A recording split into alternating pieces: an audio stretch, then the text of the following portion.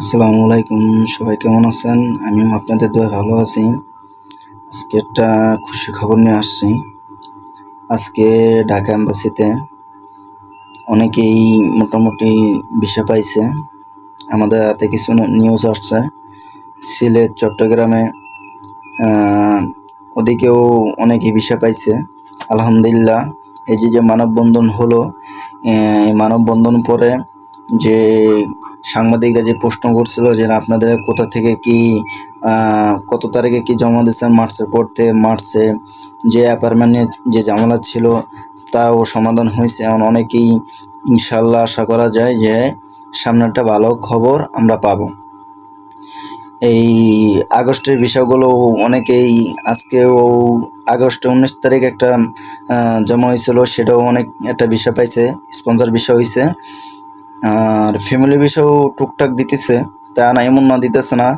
আর agriculture বিষয়ও দিতেছে, মোটামুটি ভালোই ভিসা দিতেছে। আজকেও প্রায় অনেকজনই ভিসা পাইছে। আমরা তাদের সাথে যোগাযোগ করার চেষ্টা করছি। অনেকেই জানাইছে, হোয়াটসঅ্যাপে জানাইছে ভাই হ্যাঁ অনেকে ভিসা পাইছে। তো আলহামদুলিল্লাহ তারা অনেকে ভিসা পাইতেছে, আরও পাবে সামনে। ভয় পাওয়ার কিছু নেই, যে আমরা যে চিন্তিত ছিলাম বা একটা টেনশনে ছিলাম যে আমরা মনে হয় আর ভিসা পাবো না বা ভিসা বন্ধ হয়ে যাবে, এমন একটাই শোনা গেছিল আর কি। এখন আলহামদুলিল্লাহ টেনশন মুক্ত সবাই, আপনারা আমরা সবাই মুক্ত। অনেকে ভিসা দিবে। যারা নভেম্বর, সেপ্টেম্বর, অক্টোবরে ভিসাগুলো ইনশাল্লাহ আপনারা কোরবানি আগেই পেয়ে যাবেন, আশা করা যায়। অক্টোবরের ভিসাগুলো আজকে একজন অক্টোবরের ভিসা মনে হয় সম্ভবত পাইছে, তো জানা গেল, কিন্তু এটা আমি শিওর না। তারপর বলতেছি, সে বলছে যে অক্টোবর ভিসা একটা হয়েছে নাকি।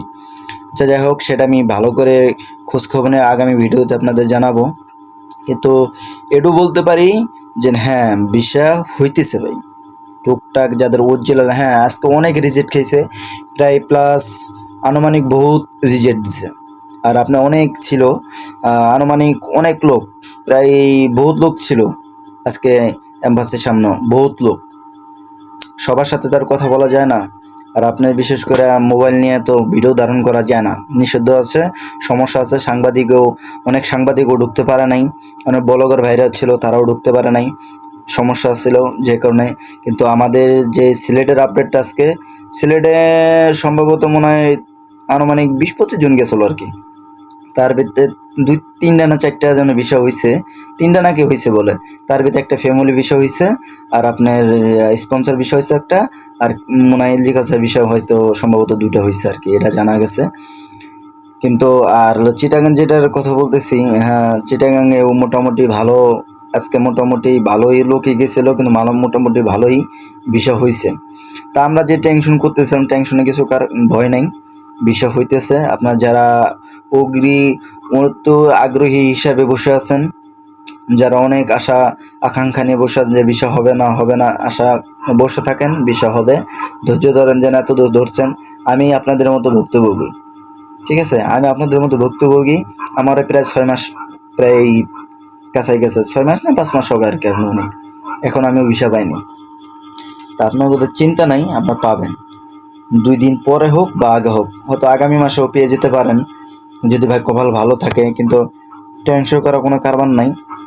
দেখেন, আপনার যদি উজ্জ্বল অনস্ত হয় তা সমস্যা নেই, ভিসা পাবেন। আর ডুপ্লিকেট হয়, যদি ভুয়া অনস্ত হয়, তারপর আপনাদের ভিসা হবে না। যতই দেরি হোক আপনাদের রিজেক্ট দিয়ে দিবে, কারণ তারা তো আর ভিসা বানাবে না। আপনাদের ভিসা সময় মতনই তারা পাসপোর্ট দিয়ে দিবে। আর অরিজিনাল নুনস্থ হলে আপনাদের ভিসা দিয়ে দিবে, 2 মাস পর হোক, 3 মাস পর হোক, 4 মাস পর হোক, দিয়ে দিবে, ঠিক আছে? আর টেনশন করার কারবার নেই, অবশ্যই আপনাদের ভিসা হবে, ঠিক আছে? আজ এ পর্যন্তই। আল্লাহ হাফেজ, আসসালামু আলাইকুম।